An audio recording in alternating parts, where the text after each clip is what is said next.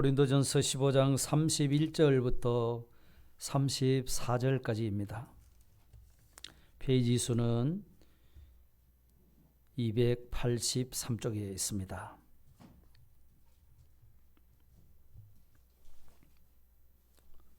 찾으셨으면 제가 봉독하겠습니다.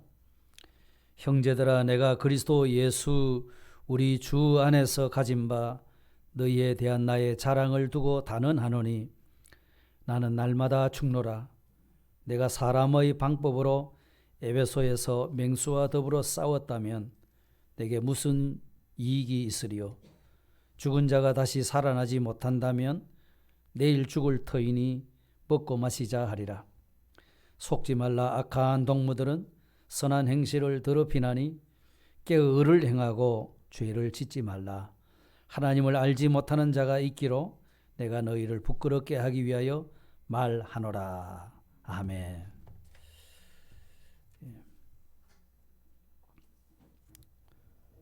우리 사람에게 있어서 가장 큰 숙제가 죽음의 문제가 아닐까 생각합니다. 그런데 거기에 대한 답이라고 하면은 그것은 부활밖에 없습니다. 우리가 살다 보면은 닥쳐진 현실, 지금 당면하고 있는 갖가지 일들, 이런 것이 매우 중요합니다.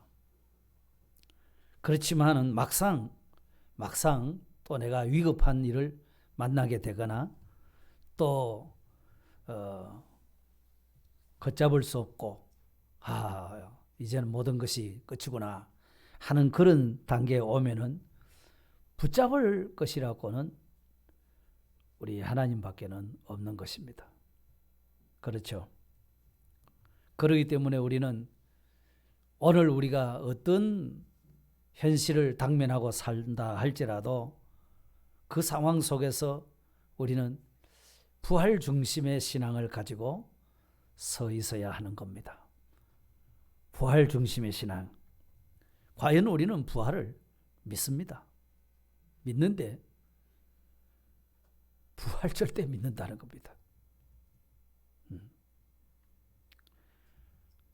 내가 사는 모습을 보면은 내가 정말 부활을 믿는 사람인가? 그런 의심이 들 때가 있죠. 부활을 믿는 사람이라면 생각도 다르고 말도 다르고 삶도 다르고 사람들을 대하는 것도 다르고 하나님을 대하는 것도 다르고 그럴 것인데 가만히 보면은 부활과 상관없이 그렇게 부활과 상관없는 사람처럼 우리가 살아간다는 겁니다. 오직 그 당면한 현실에만 자꾸 집착을 하게 되는 겁니다. 누가 그런가? 제가 그렇더라는 겁니다. 여러분들은 안 그러시겠죠? 안 그럴 줄 믿습니다. 고린도전서 15장은 부활장입니다. 장명이. 그런데 왜 이 부활에 관한 말씀을 고린도 교회를 향해서 말씀하실 때에 이 부활에 관한 것을 길게 58절까지 길게 이렇게 말씀하셨을까? 이유가 있습니다. 그것은 이제 방금 제가 말씀드린 대로 부활을 믿기는 믿는데 부활을 믿는 사람처럼 살지를 않는다는 겁니다. 부활을 믿기는 믿는데 현재 사는 삶은 부활과 상관없이 살고 있다는 겁니다. 그것이 고린도 교회라는 겁니다. 그래서 그것을 성경대로 말하면 육신에 속한 자로서 서로 분쟁하고 있는 교회입니다. 바울이 신약 성경을 공식적으로는 13권을 썼습니다. 옥중에서 편지도 쓰고 또 일반 서신도 쓰고 그렇게 했는데 왜 하필이면은 이 고린도 교회에 대해서 이 부활에 관한 말씀을 하셨을까? 고린도 교회가 정말 문제가 많다는 겁니다. 고린도전서 3장 3절로 가보면은 이렇게 말합니다. 너희는 아직도 육신에 속한 자로다. 왜 육신에 속한 자인가? 너희 가운데 시기와 분쟁이 있으니 어찌 육신에 속하여 사람들을 따라 행함이 아니리요. 그렇습니다. 분쟁하고 있다는 겁니다. 서로 시기하고 다투고 있다는 겁니다. 왜요? 다 내가 잘났다는 겁니다. 내가 제일 똑똑하다는 겁니다. 내가 최고로 잘 믿는다는 겁니다. 그렇지만 그것이 보니까 육신에 속한 사람들의 삶의 형태더라. 자, 이런 말입니다. 그러니까 영의 사람의 삶의 모습이 아니더라는 거죠. 그걸 다른 말로 하면은 부활을 믿는 사람으로서는 행동할 수 없는 행동을 하고 있더라. 고린도 교회가. 그 말은 오늘 내가 바로 이 부활을 믿기는 믿는데 부활과 상관없이 그저 내 생각대로 내가 제일 잘 믿고 내 주장만 하고 남들이야 내가 잘 믿잖아. 이렇게 하고 있다는 것입니다. 그러니까 이 육신에 속한 성도들 때문에 당파가 생긴 겁니다. 무슨 파가 생겼습니까? 아볼로파, 그리고 바울파, 게바는 베드로파, 우리는 그리스도파다. 이런 파가 생긴 겁니다. 그러니까 이 신앙적인 면보다 인간적인 면을 앞세우고 있습니다. 거기에다가 제사상을 차렸는데 거기에 올라간 음식을 먹어야 되느냐, 그걸 먹으면 안 되느냐, 이런 논쟁도 하였습니다. 귀신이 먼저 받은 음식을 우리가 어떻게 먹는단 말이고, 자, 이러는 사람도 있었고, 음식이 무슨 잘못이고 감사함으로 받으면 버릴 것이 없다고 했는데, 자, 이런 다툼이 생긴 겁니다. 그러니까 내가 내 믿음 가지고 내대로 행동하면 되는데, 하지만은 믿음이 약한 사람한테는 내 믿음의 행위가 그 사람한테는 그것이 상처가 될 수도 있고, 다른 사람이 내가 행동하는 내 믿음대로 행동한다고 하는 그걸 보고 죄를 짓는 일에 담대해질 수도 있는 겁니다. 그러면은 그걸 안 해야 된다는 것이죠. 그러니까 참 바람 잘 날이 없습니다. 편안할 날이 없는 교회가 바로 이 고린도 교회입니다. 어쩌면 오늘날 교회의 모습이기도 하고 믿는 나의 모습이기도 한 겁니다. 나의 모습입니다. 사람이요, 많이 모이다 보면은, 여러 사람 모이면은 어떻게 그렇게 여러 문제들이 안 일어날 수가 있겠습니까? 그죠? 고린도 교회는 그런 일에 더 유독 심했습니다. 그걸 또 그럴 것이 상업도시요 항구동시입니다. 그러니 드나드는 사람이 많습니다. 별의별 사람들이 다 모였습니다. 그러니까 거기에는 무슨 일인들 없겠습니까? 그죠? 그렇지만 교회라고 하면은 교회다운 면이 있어야 된다는 겁니다. 교회다운 면이 있어야 되는 겁니다. 하나님의 이름을 입에 담고 사는 사람인데 뭔가 자기 생각대로 말해버리고 자기 판단대로 말해버리고 자기가 잘났다고 할 것이 아니고 뭔가 좀 절제도 할 수 있어야 된다는 거죠. 그렇지 않고는 너무 자기 주장이 강한 교회가 고린도 교회란 겁니다. 그러니까 옛날에 저 유럽에 그런 교회가 있었다 그렇게만 생각하지 말고 그 교회가 바로 내라는 사실을 기억하시기 바랍니다. 그러니까 서로 내가 옳다고 서로 그러니까 이 강한 주장들이 모여서 어디로 가야 되느냐 그러면 배가 사공이 많으면 배가 어디로 간다고요? 산으로 간다는 것처럼 방향을 잃고 있는 겁니다. 그런 때에 바울 사도께서는 방향을 잡아야 된다. 방향이 없다. 그래서 고린도전서 9장 26절에 보면은 그렇게 말씀하지 않아요. 그러므로 나는 다름질하기를 향방 없는 것 같이 아니하고 싸우기를 허공을 치는 것 같이 아니한다. 그랬습니다. 방향 없이 달려가는 겁니다. 지금 그 고린도 교회의 형편이라고 하는 것이 다 자기 주장만 옳다는 겁니다.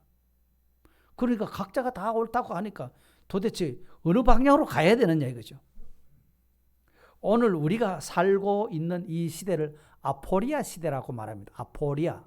아포리아라는 말은 그리스어인데 이거는 그 어려운 문제에 답이 없다. 자, 이런 의미입니다. 요즘 말로 하면은 막다른 골목에 이르렀다. 이런 뜻이 됩니다. 그러니까 고린도 교회가 서로 자기가 옳다고 이래 하고 있으니까 방향이 없는 겁니다. 그러니까 서로 옳다고 하니까 이거 뭐 되겠습니까? 막다른 골목에 이런 것과 같습니다. 교회가 뭐 상처를 당하든지 뭐 아픔을 당하든지 그런 게 상관없는 겁니다. 오직 내 주장이 옳지 뭐. 내가 그래도 잘 믿는 거지. 내 생각이 옳지. 내 머리가 똑똑하지. 자, 이러는 거예요. 철학자들은 아포리아 시대에 답을 내기를 너 자신을 알라 이렇게 말했습니다. 예, 이런 혼돈한 시대에 말이죠. 너 자신을 알아라. 다른 사람을 탓하지 말고 먼저 자신을 돌아보라 하는 겁니다. 모두가 다 성공과 행복을 위해서 열심히 배를 저어가고 왔는데 배 젓는 거는 수도하고 자, 우리가 가는 방향이 맞나 안 맞나 그것부터 한번 보라는 겁니다.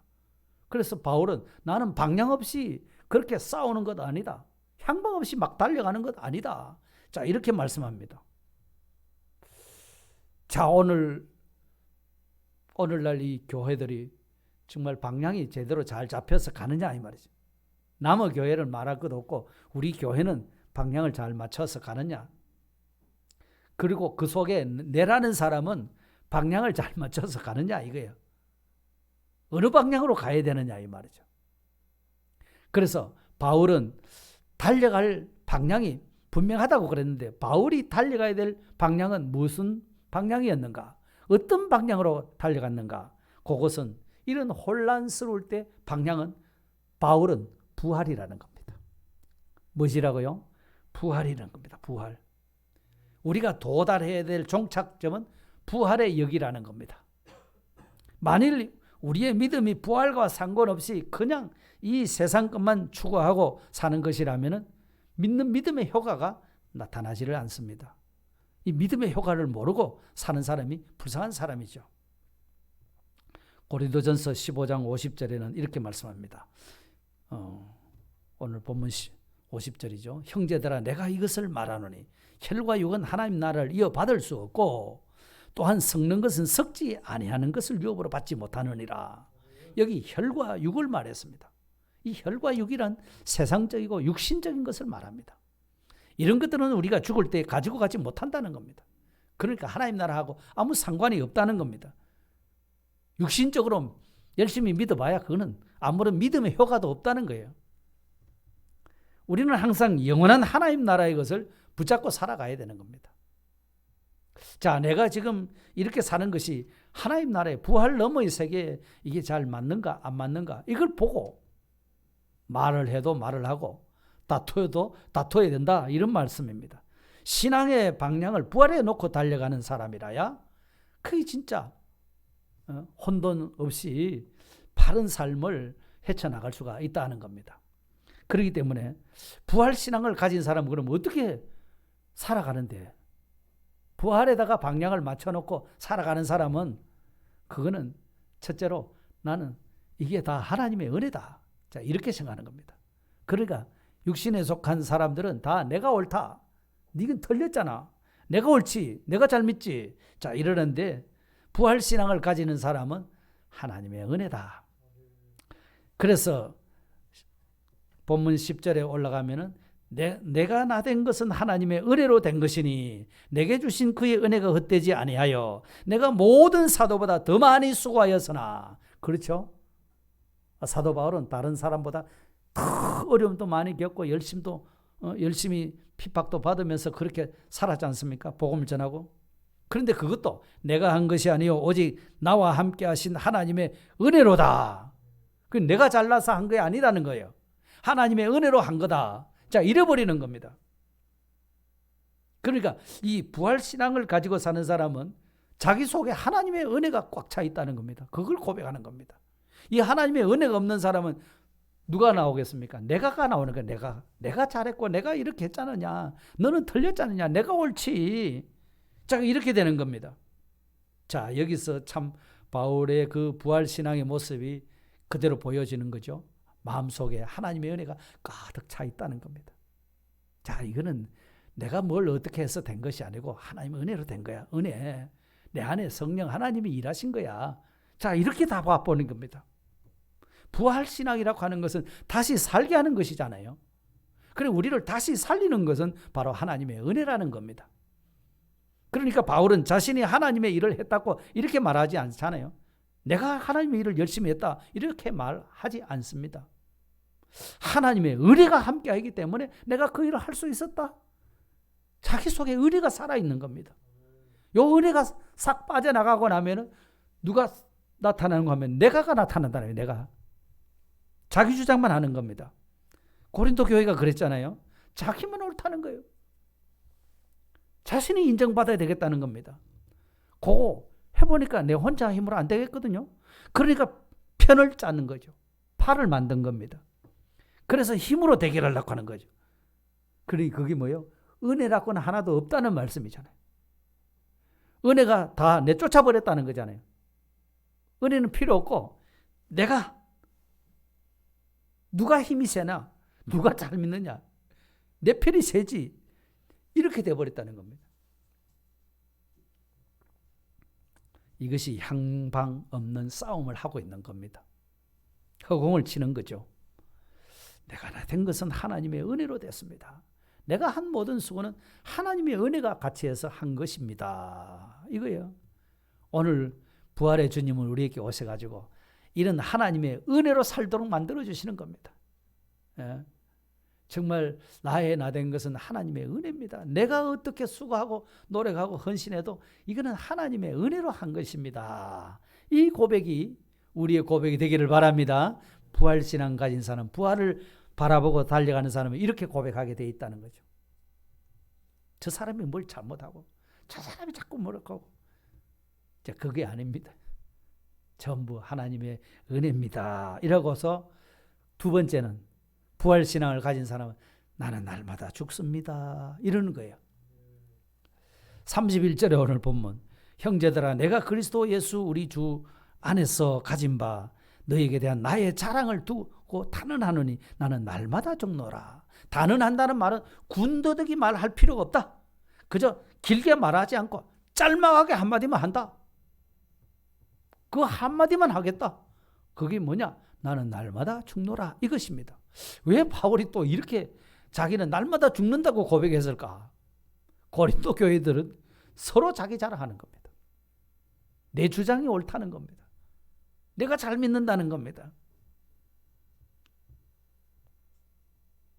그런데 바울은 나는 날마다 죽습니다. 이러고 있는 겁니다. 예수 그리스도께서 십자가에 죽으심으로 또 하나님이 부활시켰기 때문에 우리가 죽고자 하면은 하나님께 다시 일으키신다는 거죠. 예수님도 그런 말씀하셨어요.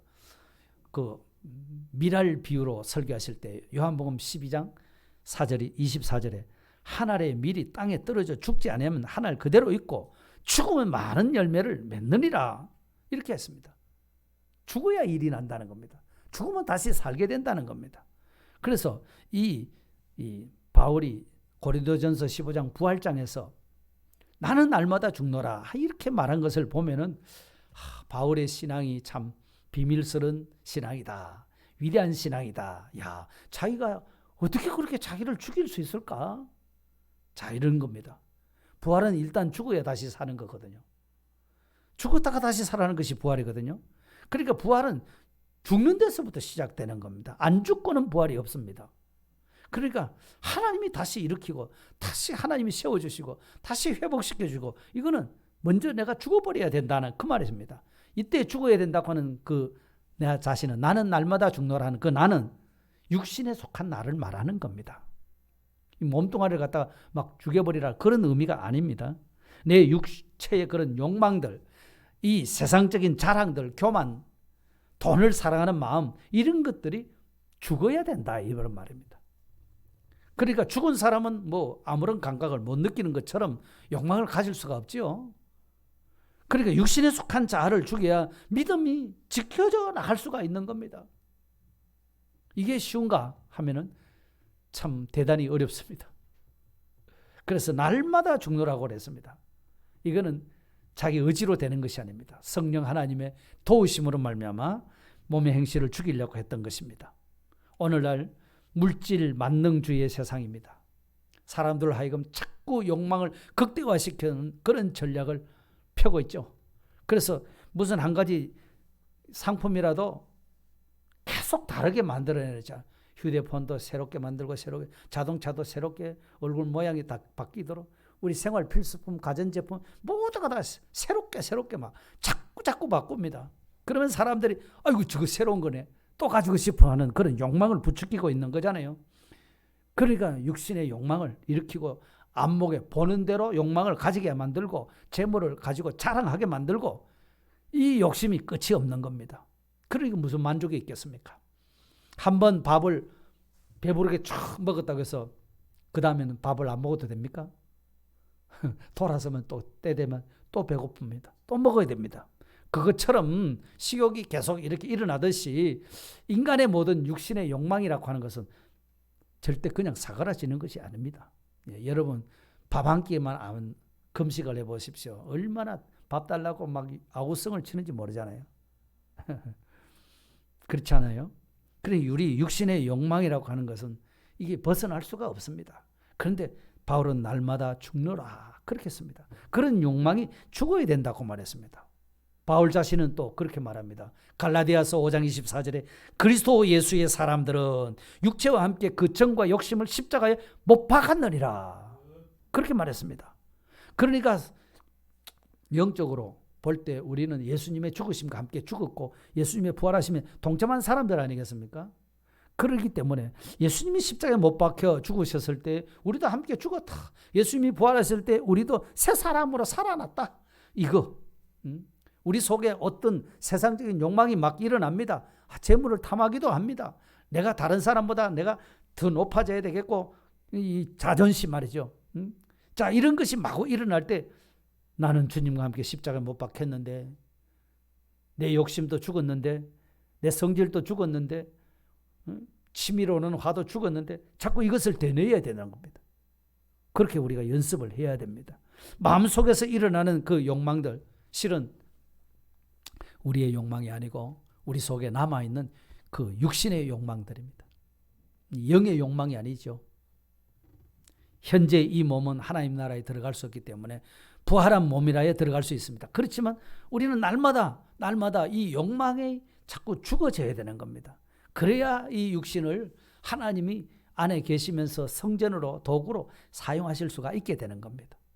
자, 이 어려운 일입니다. 그러면 어떻게 하면 이게 지금 죽을 수 있을까? 이 스스로 죽을 수 있을까요? 잘 안 됩니다. 왜냐하면 우리가 죽지 못하도록 하는 내 안에 방해자가 있습니다. 내 속에도 방해자가 있습니다. 그 자가 누군가? 옛사람입니다. 옛사람, 악령과 악성과 악습으로 된 옛사람입니다. 믿지 않을 때의 습성 그대로 살고자 하는 그런 욕망이 안 믿는 사람과 똑같은 욕망이 예수 믿는 사람 속에도 있습니다. 없을까요? 있습니다. 이 옛사람의 욕망이 들어서 자꾸 방해하죠. 또 내 밖에서 오는 방해자가 있습니다. 그거를 오늘 본문에서는 그 방해자가 누군가 할 때에 악한 동무는 선한 행실을 손해케 한다. 악한 동무입니다. 33절에 그랬죠. 속지 말라. 악한 동무들은 선한 행실을 더럽히나니. 우리가 날마다 죽을 수 있는 것은 예수님의 십자가 때문입니다. 예수님이 왜 죽으셨습니까? 날 위해서 내 죄 때문에 예수님이 죽으셨습니다. 예수님이 부활하셨습니다. 나를 의롭게 만들어 주시려고 예수님이 다시 부활하신 겁니다. 그러니까 날 위해서 죽으셨고 날 위해서 부활하신 예수님 계시기 때문에 나는 날마다 죽을 수가 있는 겁니다. 그러니까 바울도 빌립보서 3장 10절에 내가 그리스도와 그 부활의 권능과 그 고난의 참여함을 알려하여 그의 죽으심을 본받아 어떻게 하든지 그 다음에 뭐래 11절에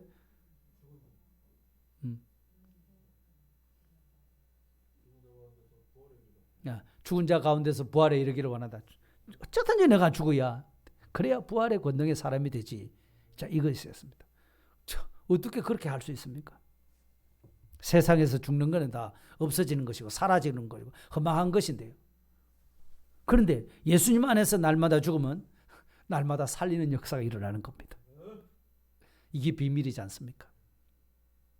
그러니까 이 십자가 지고 참 자기가 죽도록 하는 이런 삶을 못 살도록 우리 속에도 방해자가 있고 우리 밖에도 그렇게까지 뭐 예수 철저히 믿으려고 할 게 뭐가 있는지 좀 편하고 속 편하게 좀 편리하게 그래 믿지 뭐 너는 아주 잘 믿는다고 자랑만 하지 그렇게 까다롭게 믿어가 되겠느냐.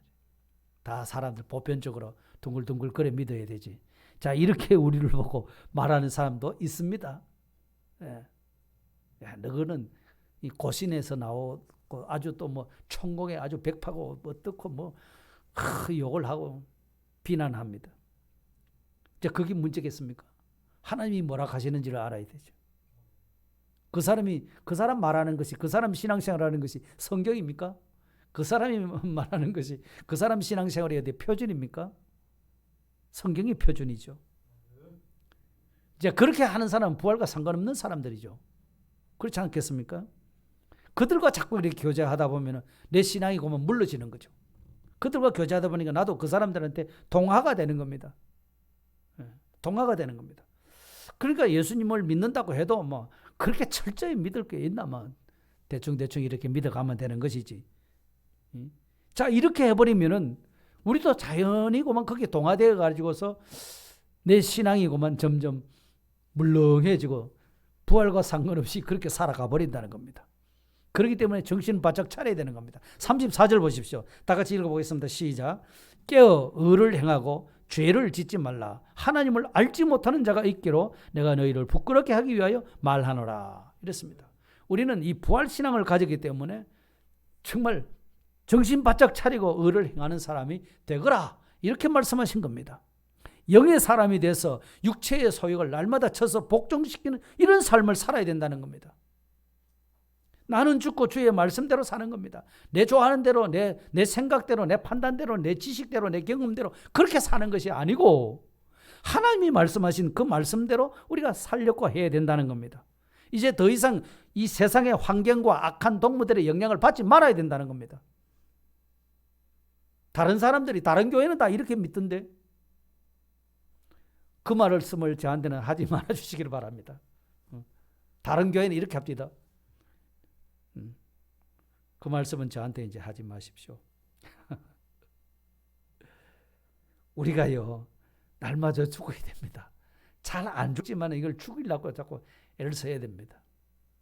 그 능력으로 자 우리가 이렇게 만일 내 생각대로 내 주장대로 내 하고 싶은데 내가 잘 믿는데 했던 그런 자존심 그걸 팍 내려놓는다고 하면은 우리는 부활의 능력을 체험하게 될 겁니다. 그 능력으로 우리는 죄를 이기게 됩니다. 모든 우리의 환경을 이기게 되는 겁니다. 절망을 이기게 됩니다. 코로나도 이기게 될 줄 믿습니다. 매일매일 다시 사는 소망의 새아침을 맞이하게 되는 것이죠. 뭐. 날마다 오늘은 어제하고 다릅니다. 오늘 또 어제하고 다르고 또 오늘은 내일하고도 다른 그러니까 내일은 오늘보다 또 다른 새로운 그런 삶을 자꾸 살아가게 되는 겁니다. 자, 이 부활 신앙이 우리 속에서 자꾸 작동을 해가지고서 부활하신 주님이 내 안에 살아 계신다는 것을 맞다. 부활하신 주님이 내 안에 계시는데 내가 그거 모르고 내 생각만 자꾸 앞세웠네. 자, 이걸 깨닫게 되는 겁니다. 부활의 주님이 계시니까 그 부활의 주님이 좋아하신 대로 내가 살려고 하다 보니까 이거는 임신은 좋은데 부활 때 가면 이건 부끄럽겠다. 자, 그런 거 많지 않습니까? 뭐 누가 보나 뭐 보는 사람 없는데 하지만 주님은 여전히 보고 계시거든. 자, 그렇게 그걸 우리가 생각하고 살면은 내 속에 옛사람이 자꾸 죽어지니까 교회에 100사람이 모이고 200사람이 모이는데 전부 각자 옛사람이 죽어버리니까 교회가 다툴까요? 평안하게 될까요? 다툴 일이 없어지겠죠. 전부 하나님의 은혜입니다. 하나님의 은혜입니다. 이러고 있습니다. 그리고 나는 날마다 죽습니다. 내가 죽을게요. 내 욕심 죽을게요. 내 자존심 죽을게요. 자꾸 그렇게 하니까 교회가 다툴 일이 있겠습니까? 없겠습니까? 전부 한 덩어리 되는 겁니다. 예? 그렇게 되지 않겠습니까? 자, 이렇게 되면은 우리와 함께 하신 그 부활하신 주님이 계시기 때문에 그 부활하신 주님이요, 우리 가정에도 함께 하시고, 내가 직장에도 함께 해주시고, 내가 하는 사업에도 함께 해주시고, 내 건강에도 하나님이 함께 해주시면 다 이렇게 주실 것 아니겠습니까? 아멘. 아멘이 안 되십니까? 부활은 다시 사는 겁니다. 다시 사는 것은 내가 먼저 죽으면 다시 살게 됩니다. 그래서 바울은 날마다 나는 죽노라 그렇게 한 것입니다. 만일 바울이 이 부활신앙을 가졌던 이대로 우리가 부활신앙을 가지면 하나님의 은혜입니다. 예. 그러면 내가 잘났지, 내가 잘 믿지, 너는 잘 못 믿잖아 이랬던 사람이 하나님의 은혜입니다 하면 그만 수그러지겠죠. 그리고 또 나는 날마다 죽습니다. 자꾸 이렇게 해버리니까 다른 사람이 막 자기 주장하려고 하다가도 못하는 거 아니겠습니까? 그러면 교회는 평안해지고, 부활하신 주님이 그 교회의 주인이 또 되어 계시고, 부활하신 주님이 나한테도 주인이 또 되어 계시고, 내가 가는 가정에도 평안을 주시고, 내 직장에도 평안을 주시고, 일이 안 되던 그런 사업도 주님이 내 주인이 또 되어 계시니까 술술 되게 하시고, 건강에 안 좋은 것도 건강을 다시 회복시켜 주시고, 치료시켜 주시고, 고쳐 주시고, 그런 역사가 일어나게 될 줄 믿습니다. 자, 이제 말씀 정리하고 마치겠습니다. 자, 우리는 과연 부활신앙, 이것이 정말로 우리에게 최대의 중요한 것입니다. 죽음의 문제도 풀 수 있는 문제가 바로 이 부활신앙이거든요. 죽음보다 더 무서운 것이 어디 있습니까? 제일 무섭고 두려운 것이 죽음인데 그것도 부활이 해결하지 않습니까? 그렇기 때문에 그 부활에 대한 교리를 왜 고린도 교회에다가 선포를 했을까? 뭐 때문에 그랬죠? 고린도 교회는 육신에 속한 교회였어요. 그 믿는 성도들이 전부 자기 주장이 강했다고 말씀했습니다. 그러니까 서로 파벌이 생겨가지고 서로 견제하고 다투고 시기하고 분쟁하고, 자, 이런 성도들로 가득 차 있었습니다. 신앙적이기보다는 육신적인 면이 강한 교회였습니다. 그러니까 그러다 보니까 너도 나도 다 자기가 잘났다고 하니까 방향이 없어지는 겁니다. 그럴 때 바울은 방향을 어떻게 잡았다고 했죠?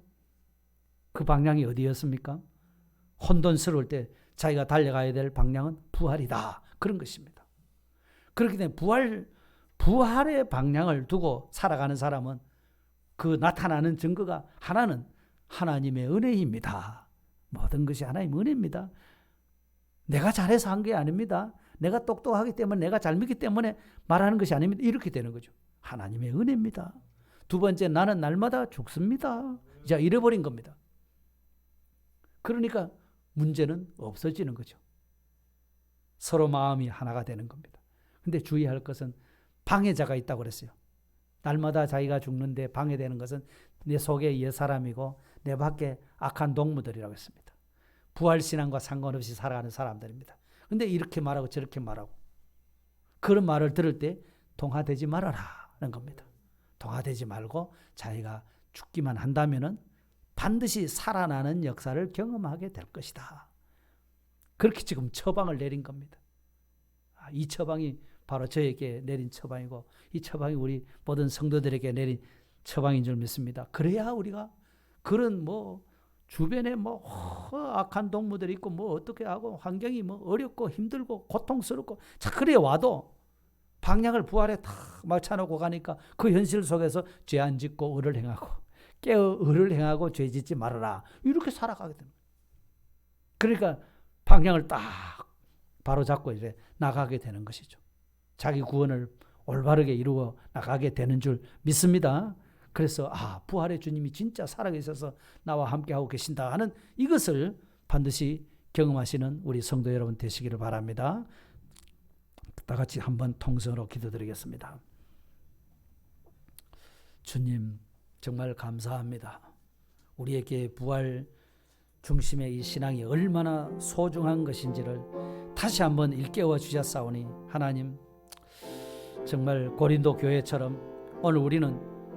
육신에 속한 자요, 자기 주장이 강한 자들입니다. 자존심이 강한 자들입니다. 내가 그래도 잘 믿고 내가 그래도 옳고 내 주장이 맞다고 하는 사람들입니다. 그러니까 방향이 다 없어졌다고 했습니다.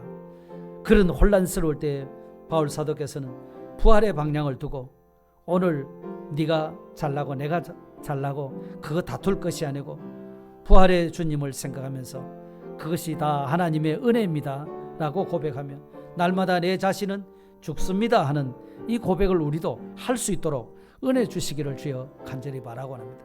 내 속에 강한 옛사람이 남아 있습니다.